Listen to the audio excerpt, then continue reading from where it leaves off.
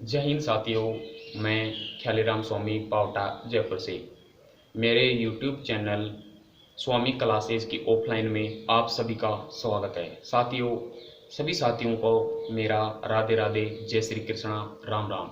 साथियों, आज अपन human body यानी मानव शरीर के बारे में बातें करेंगे। तो दोस्तों, इसमें सबसे पहले हम चैप्टर नंबर 1 यानी कि पाचन तंत्र के बारे में अध्ययन करने जा रहे हैं। साथियों, पाचन तंत्र में अपन देखेंगे कि हमारे शरीर में भोजन का पाचन किस प्रकार होता है और उसका अवशोषण किस प्रकार होता है, और हमारी जो लास्ट में एनर्जी मिलती है उसका संग्रहण किस में होता है और किस प्रकार होता है। तो साथियों, आज अपन बातें करने जा रहे हैं पाचन तंत्र की। तो साथियों, इससे पहले मैं आपको बता दूं जीव विज्ञान की परिभाषा। और साथियों, जीव विज्ञान शब्द का किसने दिया सबसे पहले। तो साथियों, अपन बातें करेंगे जीव विज्ञान की परिभाषा की। तो साथियों, जीव विज्ञान की परिभाषा की बातें करें तो जिसमें जीवन का अध्ययन किया जाता है उसे जीव विज्ञान कहते हैं। साथियों, अब जीव विज्ञान का अंग्रेजी वर्ड की बातें करें तो जीव विज्ञान का अंग्रेजी वर्ड होता है बायोलॉजी। साथियों, क्या होता है बायोलॉजी। दोस्तों, जो ये बायोलॉजी शब्द है ये दो ग्रीक भाषा के शब्दों से मिलकर बना है। कितनी ग्रीक भाषा के शब्दों से मिलकर बना है? दो ग्रीक भाषा के शब्दों से मिलकर बना है। दोस्तों, पहला शब्द है लोगोस और दूसरा शब्द है बायोस। सॉरी दोस्तों, पहला शब्द है बायोस और दूसरा शब्द है लोगोस। अब साथियों, बातें करें कि जीव विज्ञान शब्द का प्रयोग सबसे पहले किस वैज्ञानिक ने प्रयोग किया था। तो साथियों, सबसे पहले लैमार्क और ट्रेवेनस नामक वैज्ञानिकों ने जीव विज्ञान शब्द का प्रयोग किया था। साथियों, आपकी सुविधा के लिए मैं अभी बताता हूँ बोर्ड पर।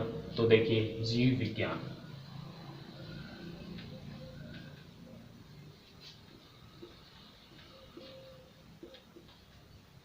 जीव विज्ञान, जीव विज्ञान का अंग्रेजी वर्ड हो गया बायोलॉजी। क्या हो गया साथियों? बायोलॉजी।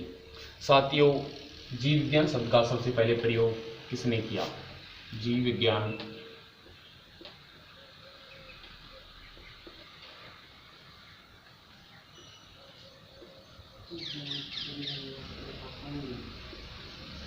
जीव विज्ञान जीव विज्ञान शब्द का प्रयोग सबसे पहले ट्रेवेनस और लैमार्क नामक वैज्ञानिक ने किया। किसने किया साथियों? ट्रेवेनस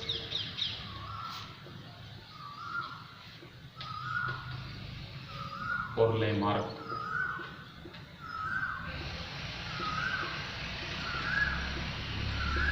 नामक वैज्ञानिकों ने किया। साथियों, अब बातें करें जीव विज्ञान दो ग्रीक भाषा के शब्दों से मिलकर बना है। साथियों, बायोलॉजी दो ग्रीक भाषा के शब्दों से मिलकर बना है। कितने ग्रीक भाषा के शब्दों से मिलकर बना है? दो ग्रीक भाषा के शब्दों से मिलकर बना है। दो ग्रीक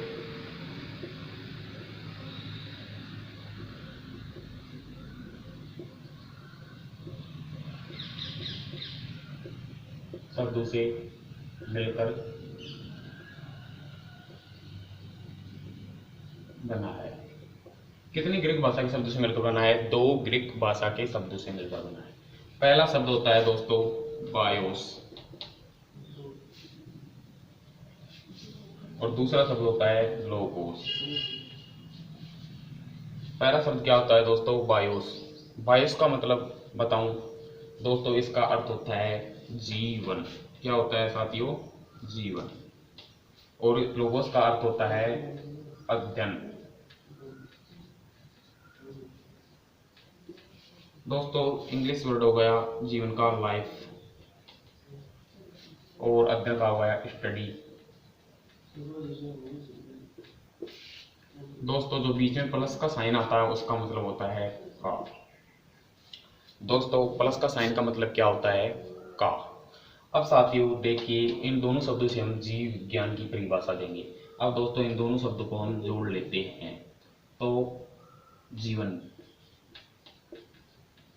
ये प्लस का साइन ऐसे कैसे का, और ये अध्ययन। तो दोस्तों, इन शब्दों को जोड़ने के बाद हमें क्या प्राप्त हुआ? जीवन का अध्ययन।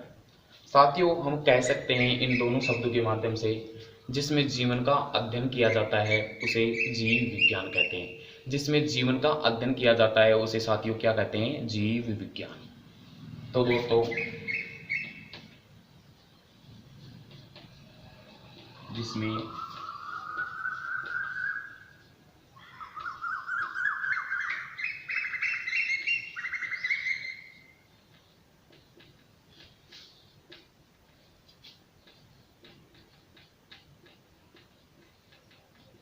उसे जीव विज्ञान कहते हैं। जिसमें जीवन का अध्ययन किया जाता है उसे क्या कहते हैं? जीव विज्ञान कहते हैं। साथियों, मैं आपको एक बार और दोहरा देता हूँ। साथियों, जीव विज्ञान शब्द है जिसका प्रयोग सबसे पहले किसने किया? सबसे पहले ट्रेविनस और लैमार्क नाम के वैज्ञानिकों ने किया। साथियों, जीव विज्ञान का अंग्रेजी वर्ड होता है, क्या होता है? बायोलॉजी।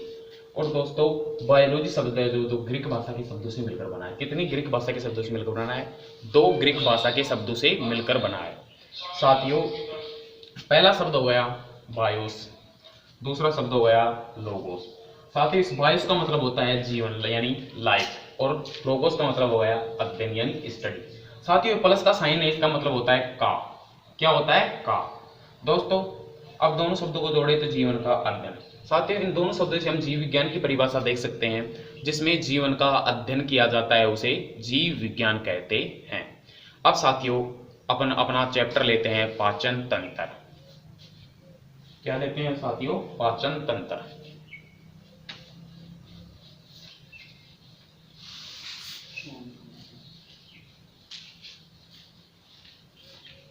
साथियों, और अपना चैप्टर के बारे में बातें करते हैं, चैप्टर का अध्ययन करते हैं। तो अपना चैप्टर कौन सा था? पाचन तंत्र।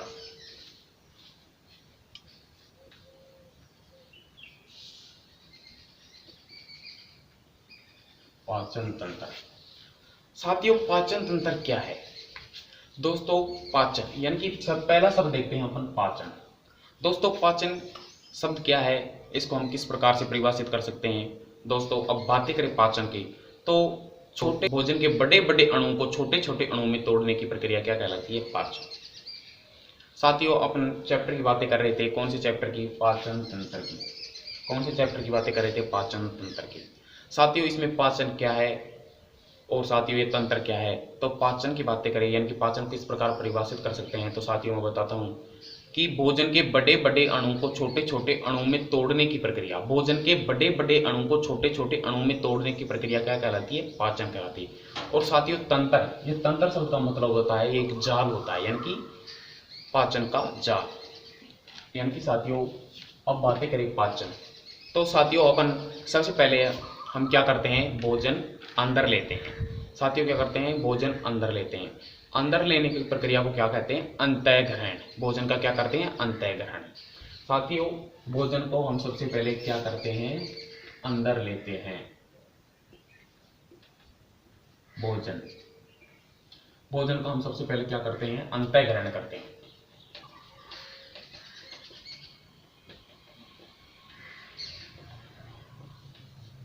अंतःग्रहण करते हैं। साथियों, अंतःग्रहण का मतलब हो गया भोजन को अंदर लेना। अब साथियों, भोजन का क्या होता है? अवशोषण होता है। अवशोषण होता है, यानी कि साथियों इसका क्या होता है? अवशोषण होता है, पाचन होता है। अब साथियों, अवशोषण के बाद में क्या होता है भोजन का? अब बातें करें साथियों, अवशोषण के बाद में भोजन का क्या होता है? स्वांगीकरण।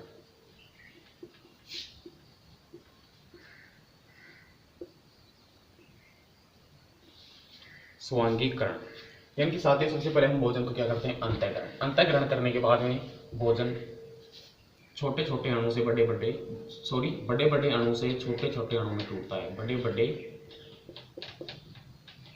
अणु से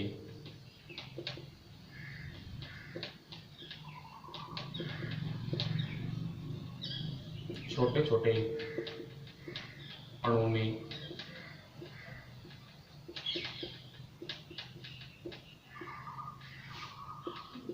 टूटता है। दोस्तों, सबसे पहले हम भोजन को क्या करते हैं? अंतःग्रहण यानी कि अंदर लेते हैं। उसके बाद में क्या होता है? भोजन का बड़े बड़े अणु से छोटे छोटे अणु में टूटता है। उसके बाद में भोजन का होता है अवशोषण।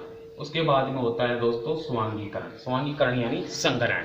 साथियों, संग्रहण कहाँ होता है? तो हमारे बॉडी के पार्ट में। कौन से पार्ट में होता है? यकृत में, जिसे हम शरीर का भोला पार्ट भी कहते हैं, यानी कि भोला अंग भी नाम देते हैं। साथियों, कौन से पार्ट में होता है? यकृत में। अब साथियों, ये क्या करता है? स्वांगीकरण का मतलब हो गया संग्रहण। साथियों, इसमें भोजन का संग्रहण होता है, यानी कि पाचन होने के बाद में, अवशोषण होने के बाद में ये भोजन का क्या करता है? संग्रहण करता है, यानी कि ये ऑक्सीजन के रूप में भोजन का संग्रहण करता है। एटीपी एटीपी यानी ऑक्सीजन के रूप में। तो साथियों हमें जिस प्रकार यानी कि 2 या 3 दिन से व्रत रख लेते हैं, तो साथियों अपने को कौन सा अंग देता है, एनर्जी कौन सा अंग देता है, तो साथियों हमारा शरीर का कौन सा अंग देता है, बोला अंग देता है, यानी यकृत हमें एनर्जी देता है। जब तो साथियों महिलाएं 2 या 3 दिन का व्रत रख लेती हैं, और अपन तो व्रत करते नहीं हैं साथियों, अपने तो आया और खाया फ्री। तो साथियों महिलाएं हैं वो इसका प्रयोग करती हैं यकृत का ज़्यादा से ज़्यादा। जैसे सोमवार का व्रत कर लिया तो साथियों पूरा दिन भूखी रहती हैं, यानी कि भूखा रहती हैं। तो साथियों ये यकृत ही है उनको एनर्जी प्रदान करता है।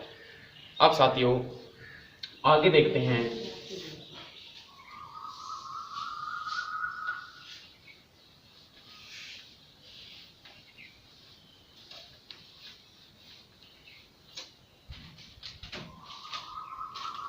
अब साथियों बात करते हैं कि मानव का पाचन कहाँ संपन्न होता है। तो दोस्तों मानव का पाचन की प्रक्रिया है जो आहार नाल में संपन्न होती है। कहाँ संपन्न होती है साथियों, आहार नाल में संपन्न होती है। साथियों जो मानव में पाचन की प्रक्रिया है, पाचन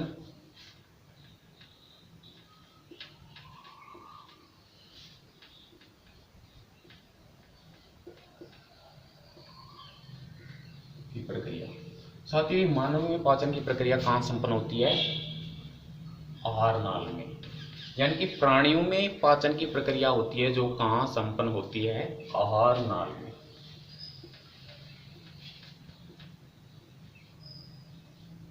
आहार नाल में कहाँ संपन्न होती है साथियों, आहार नाल में। साथियों अब अपन आहार नाल की बातें करें, आहार नाल की बातें करें तो साथियों हमारे जगत में 2 प्रकार के प्राणी पाए जाते हैं, एक मांसाहारी और एक शाकाहारी। साथियों कितने प्रकार के प्राणी पाए जाते हैं, एक शाकाहारी और दूसरा मांसाहारी।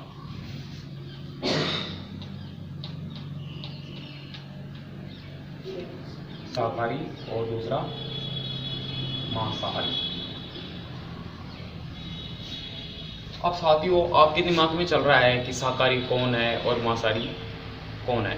तो साथियों शाकाहारी में हम ले लेते हैं छोटा सा जानवर, प्यारा सा जानवर, प्यारा सा जीव जानवर जिसे हम कहते हैं खरगोश। साथियों क्या लेते हैं, खरगोश। और मांसाहारी में हम ले सकते हैं शेर। कौन सा ले सकते हैं, शेर। साथियों अब आपके दिमाग में सवाल उठ रहा है कि सर मानव है जो कौन सी कैटेगरी में आता है, या मांसाहारी में आता है या शाकाहारी में। तो साथियों मानव की कोई कैटेगरी निश्चित नहीं है, वो एक सर्वहारी है। वो मांस का भी सेवन करता है और शाकाहारी में सेलुलोज का भी सेवन करता है। तो साथियों अब खरगोश की बातें कर रहे थे, यानी कि खरगोश क्या खाता है साथियों, खरगोश खाता है हरी हरी घास। काफी सुंदर सुंदर देख के खाता है, हरी हरी घास खाता है साथियों। जो हरी हरी घास होती है उसमें क्या होता है, सेलुलोज। क्या पाया जाता है, सेलुलोज।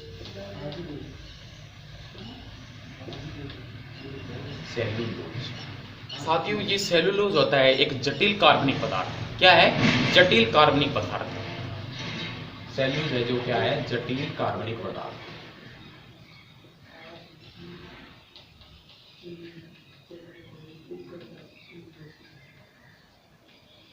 जटिल कार्बनिक पदार्थ। और साथियों मांसाहारी में सेवन करते हैं जिसमें होता है प्रोटीन।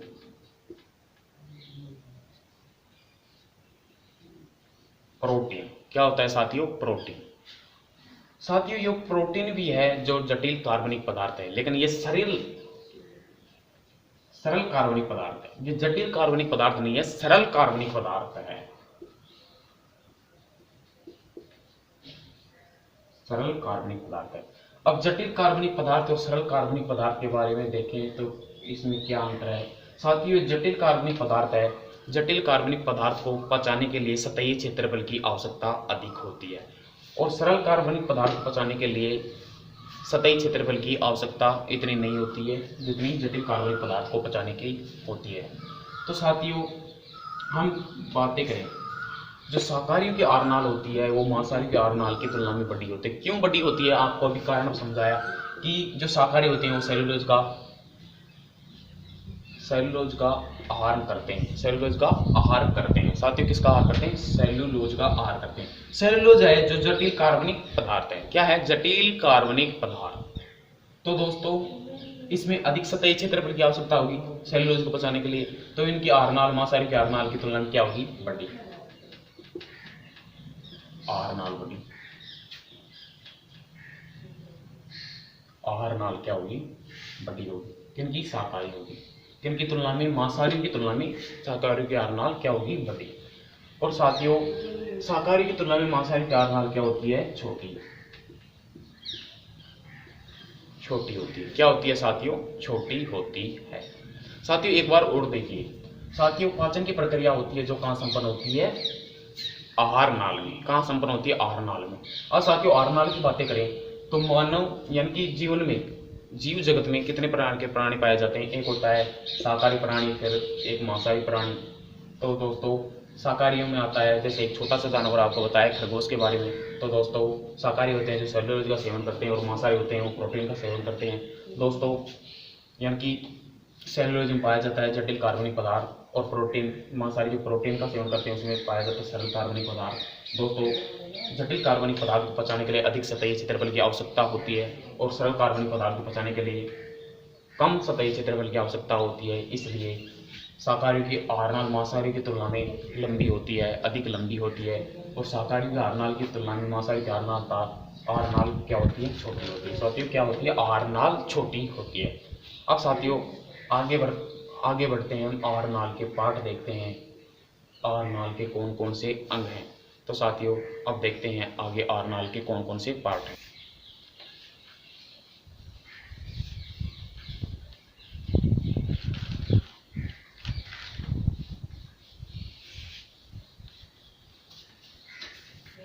अब साथियों अपन देखते हैं मानव की आहारनाल। तो साथियों मानव के आहारनाल में कौन कौन से अंग होते हैं, कौन कौन सी ग्रंथियां होती हैं। तो साथियों सबसे पहले हमारे को अंग देखने को मिलता है आहारनाल में मुख हुआ, दूसरा अंग देखने को मिलता है हमारे को ग्रसनी। कौन सा अंग देखने को मिलता है साथियों? ग्रसनी। और तीसरा अंग मिलता है हमारे को आमाशय, और चौथा अंग होता है छोटी आंत्र में, पांचवा अंग होता है बड़ी आंत्र। फिर साथियों छठा अंग होता है अपेंडिक्स जो मानव में अवशेषी अंग है।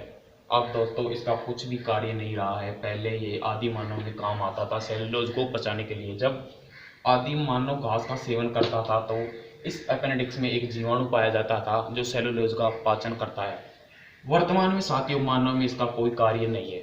साथियों अब बातें करें आहारनाल की ग्रंथियां। तो साथियों पहली ग्रंथि हो गई लार ग्रंथियां जो लार को स्रावित करती हैं, फिर दूसरा जठर ग्रंथियां, फिर तीसरा ब्रूनर ग्रंथि, फिर अग्नाशय, फिर यकृत। अब साथियों अपन नेक्स्ट वीडियो में बातें करेंगे कि मुख हुआ का क्या कार्य है, ग्रसनी का क्या कार्य है, आमाशय का क्या कार्य है, छोटी आंत का क्या कार्य है, बड़ी आंत का क्या कार्य है, और अपेंडिक्स का क्या कार्य है, लार ग्रंथियां क्या काम करती हैं, जठर ग्रंथियां क्या काम करती हैं, ब्रूनर ग्रंथियां क्या काम करती हैं, अग्नाशय क्या काम आता है, यकृत क्या काम आता है। तो साथियों सभी साथियों का मेरा राधे राधे, जय श्री कृष्णा, राम राम। साथियों अब नेक्स्ट वीडियो में इन सभी की डिटेल से बातें करेंगे, एक एक के बारे में जानेंगे कि इसमें किस किस का अध्ययन किया जाता है।